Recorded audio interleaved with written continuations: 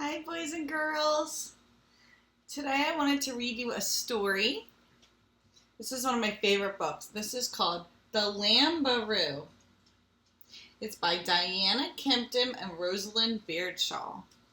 Remember, the title is the name of the book. The Lamb-a-Roo. In the middle of the wilderness was a lamb. He was very small, very sad, and all alone. "Maa," said the lamb. "I want a maa."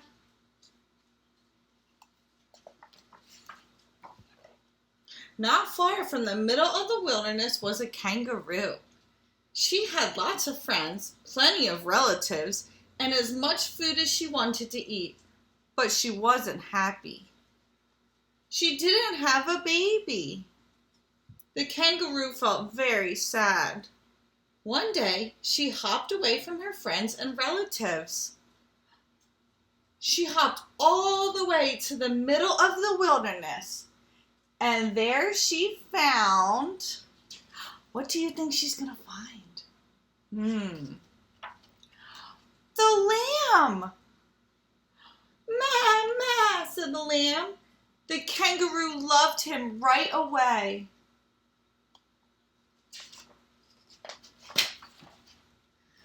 She popped him in her pouch and hopped back to show everyone her new baby. The lamb felt safe in her pouch. He wasn't alone anymore, and he was happy. He loved his new ma and all his new friends and relatives. Only one thing worried him. He was different from everyone else. Everyone else in the family had smooth brown fur, but he was covered with thick white wool. Everyone else in the family could do huge jumps, but he could only do little ones.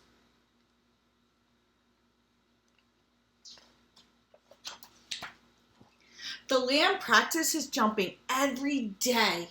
He jumped on his front feet. He jumped on his back feet. He jumped on all 4 feet together. But he couldn't jump higher at all. "Maybe it's because my back legs are too short," thought the lamb. So he tried to make them grow. He even tried to stretch them, but they didn't get bigger at all.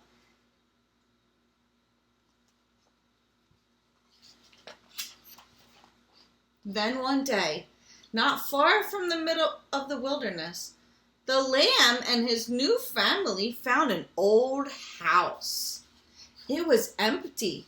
All the people had gone away, and no one lived there anymore. The lamb went exploring. Beside the house, he found a shed. Inside the shed, he found a mattress. And inside the mattress, he found some... What do you think he's going to find? He found some springs. The lamb had an idea. He put a spring on each of his feet and tried to jump. "Hooray!" he yelled. His idea worked. He could jump really high. Boing! Boing! He jumped out of the shed. Boing! He jumped over the fence. Boing, boing, boing! He jumped across the yard. He was so busy jumping that he didn't notice his ma was watching him.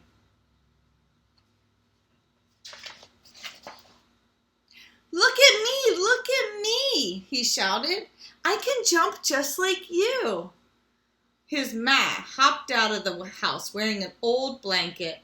"Look at me," she shouted. "I'm covered in wool, just like you." The lamb stopped jumping.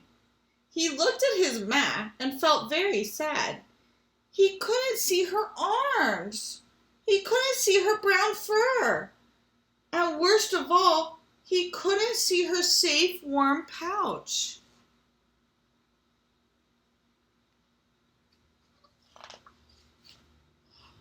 "You don't look like my ma anymore," anymore," he cried. "And you don't look like my lamb," cried his ma.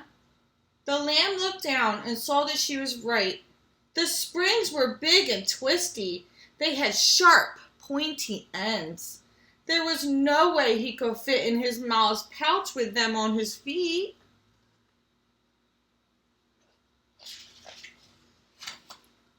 The lamb pulled off his springs as quickly as he could. Then his ma threw away her blanket, so they both looked like themselves again. The lamb jumped happily back into his ma's pouch. For the very first time, he didn't mind being different. He didn't mind having a thick woolly coat. He didn't mind not being able to jump real high jumps. He was perfectly happy to be the only Lamb-a-Roo in the world. The end. I hope you guys love this story. So this story tells us it's okay if we're not the same, right? We all have special things that make us us. We don't want to be like everybody else. We're perfect just as us. Okay? I miss you so much. Bye, friends.